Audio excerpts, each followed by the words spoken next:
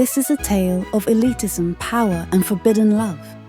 I am Cinderella Bridgerton, and this is my story. The estate of my childhood, nestled just beyond London's bustling streets, had once been a beacon of grandeur. Its sprawling gardens, adorned with wisteria and ivy, whispered secrets of a bygone era. I had grown beneath the careful eye of my mother, whose gentle touch breathed life into our home. But fate is seldom kind, and at 17, I found myself at the mercy of its cruel hand. It was meant to be my season, my grand debut into society, but fate wove a different tapestry. My mother, my guiding star, was taken by a wasp's sting, swift, merciless, and devastating.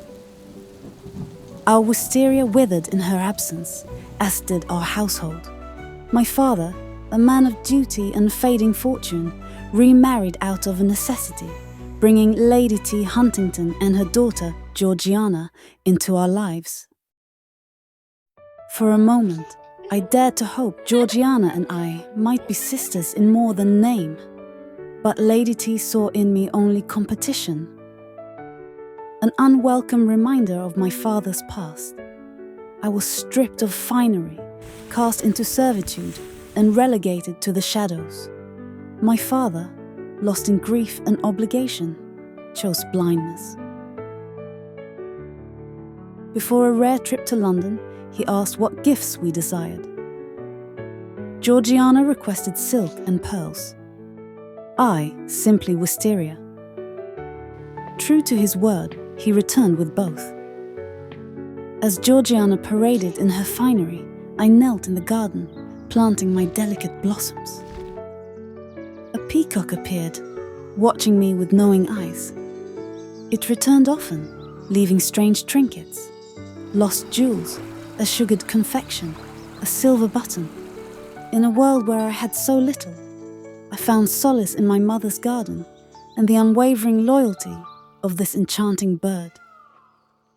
Meanwhile, in the grand halls of the palace, Queen Charlotte despaired over her son.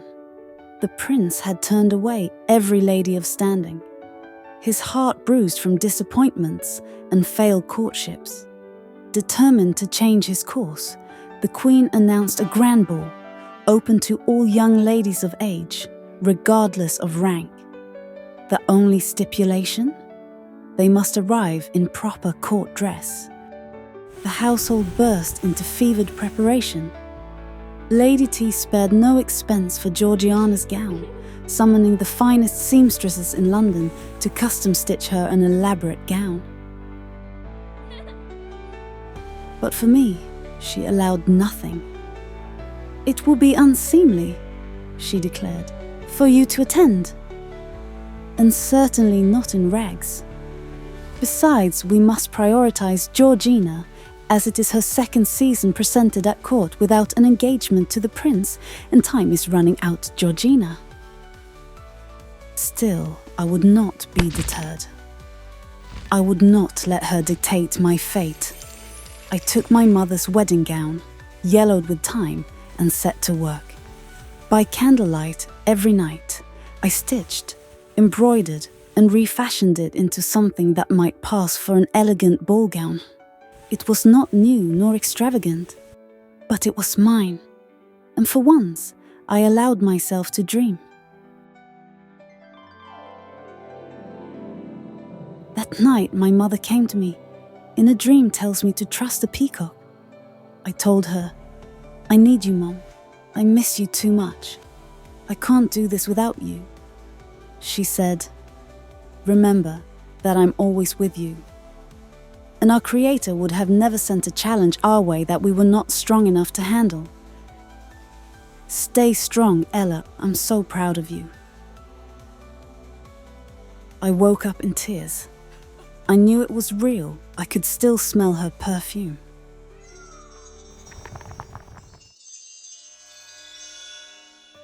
On the night of the ball, I descended the stairs, my gown a testament to my resilience. Georgiana and Lady T turned to me, their expressions shifting from shock to amusement. "What are you wearing?" Georgiana's laugh was light, lilting. "That is hardly court dress." I lifted my chin. "It is not so different from the gowns in this month's Ladies' Gazette." She scoffed. "Are you calling me a liar? That sash, why, that was mine." She reached for the delicate ribbon that tied my bodice. "I loaned it to you last year. You said I could keep it. Well, I need it now." With a sharp tug, she ripped it away, unraveling part of my gown. Lady T exhaled dramatically. "Unfortunate. You know, Cinderella, the Queen's invitation was quite clear. Proper court dress is required.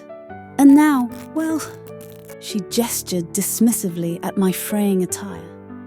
"I cannot allow you to embarrass our family." They swept out of the house, leaving me behind in ruin. My father hesitated at the door, looking back at me with something unreadable in his gaze. "Perhaps this is for the best," he murmured. And then he too was gone. Tears pricked my eyes, but I would not let them fall. I would not let them break me. I ran to the wisteria and wept like a baby. Then a rustle, a gust of wind, and then laughter. Light and airy, like the tinkle of bells. From the mist appeared the peacock in silver and stardust.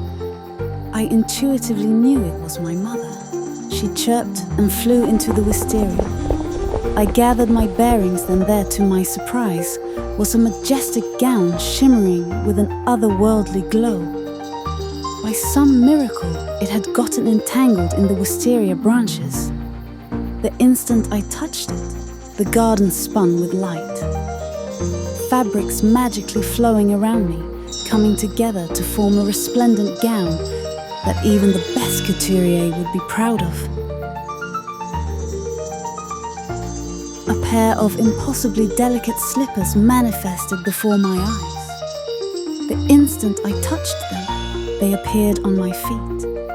As I hurried along the moonlit path toward the palace, I turned to see Philip, the stable boy from my childhood, gazing at me in astonishment. "Ella?" he breathed, scarcely believing his own eyes. "Is it truly you?" I tilted my chin with a knowing smile. "Why? So difficult to believe me a princess, Philip?" His lips twitched with amusement. "You're off to the ball, then?" "It would be most improper for a lady of your station to arrive on foot." His eyes sparkled with mischief. "I would be honored to escort you. My master is already at the palace and will be none the wiser if I borrow his carriage."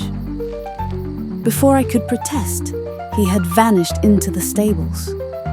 And within moments, a grand carriage stood before me.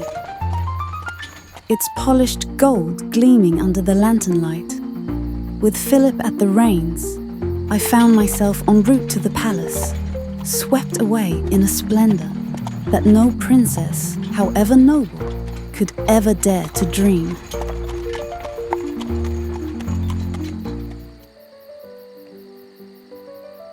The ballroom shimmered with candlelight, the air thick with waltzes and whispered secrets. I stepped forward, heart hammering, and felt eyes turn toward me. Then, him. The prince stood at the top of the stairs, his gaze locked onto mine. Something in his expression softened. "Could I have the honor of a dance?" he asked. The world faded away as we moved in perfect step. For the first time in my life, I felt seen, known, cherished. He led me out of the ballroom and into the gardens. There he held me in his arms. He said, "I know you from somewhere. A past life," I whispered. Hours felt like minutes with the prince, and words were unnecessary. When the clock struck midnight, so loudly it caught my attention. I looked over, and my stepmother was standing there with her arms crossed, glaring at me. My heart lurched. She had recognized me, and she was coming towards me. I pulled away. I must go. Our love is a forbidden one. He reached for me. Wait! I fled through the garden, my heart pounding as I made my exit. Unbeknownst to me, a thorn caught my gown, tearing away a heart-shaped swatch of fabric. The prince found it, marveling at its now glowing luminescence in awe and wonder. The next day he brought the enchanted swatch to his mother. This fabric, Queen Charlotte breathed, Egyptian linen of the gods, the rarest, most legendary cloth. Then I shall marry whomever possesses the gown from which this was torn, he declared. Why, yes, the girl at the ball in the white gown whom caught my attention. I know her from when she was a child, but can't remember who she is. The queen had the royal messengers announce that the prince would marry the girl whom could produce an enchanted gown of linen with a missing heart-shaped swatch. Lady T, formidable as ever, would not concede defeat so easily. As I readied myself to retrieve the gown I had so carefully concealed in the kitchen, fate, disguised in the form of my ever-oppressive stepmother and stepsister, intervened.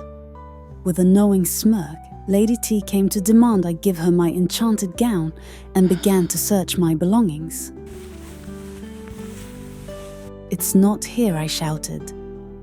By my hair she brought me to the attic, and thus, she declared, I must remake my mother's wedding gown, once woven from the finest linen, an heirloom of love and legacy, into the very image of the princess's dress from the ball. There was, of course, one crucial stipulation. It must bear the missing heart-shaped swatch, ensuring that Georgiana would wear the gown and marry the prince. It is a futile endeavor, I protested, my voice steady, despite the tempest raging within me. No fabric will match. Lady T's eyes blazed with fury. How dare you speak back, you insolent child? You shall remain here without food or water until the gown is completed. With that, she struck me to the ground, the door slamming shut behind her. The days that followed blurred into a wretched haze of hunger, exhaustion, and despair. One by one, hopeful ladies of the court presented their gowns to the queen's couturier, yet none could match the enchanted swatch of fabric. I saw the peacock at my window calling my attention. As I went to the window, I was met with the most harrowing sight. Lady T and Georgiana stepping into the carriage. And there, shimmering in the moonlight, was my enchanted gown, draped over Georgiana's frame. Realization dawned. Summoning every ounce of strength, I climbed through the window, descending the wisteria-laden trellis with breathless determination. Upon reaching the ground, a sharp cry pierced the night. The peacock fluttered urgently, leading me around the house, where I found Philip astride his horse. "Get on," he urged. "Let's chase after your bird." And so we rode, the wind whipping through my hair as the peacock led us straight to the palace. The moment I entered the throne room, my eyes locked with the princess. His breath caught. "It is her," he declared. Georgiana turned, and to her horror, it was me. She gasped, a sound so shrill it echoed through the halls. And, as if fate herself had intervened, the enchanted gown split down the front. Queen Charlotte arched a regal brow. "This maid is to be your bride?" Lady T, ever the serpent, seized the opportunity. "Precisely. She is nothing more than a lowly scullery maid. She is here to mend the dress," But the prince shook his head. No, that is impossible. We dance at the ball. She is a princess. Fix my dress now, Cinderella, ordered Georgiana. Summoning all the grace I possessed, I placed a hand upon the fabric. And just as before, the magic stirred. The gown shimmered, transformed, and in an instant, it was I who stood resplendent in the enchanted dress. Lifting my chin, I turned to meet Lady T's stunned gaze. My voice mused smooth as silk. You were right about one thing. Proper court attire is required. A hush fell over the court. Then laughter. Georgiana, reduced to nothing but her undergarments, shrieked in horror before fleeing. Lady T behind her. And so, with a heart full of wonder and a destiny entwined with love, I stepped into my princess era. No longer the girl who merely dreamed, but the woman who had conquered fate itself. It all felt like a whirlwind, too marvelous to be real, yet every moment had been true. If I have learned anything, it is that one's strength is never placed in question without purpose. We are always capable of facing the trials set before us. And above all, we must hold fast to those who cherish us, both in this world and beyond. For love once given never truly fades.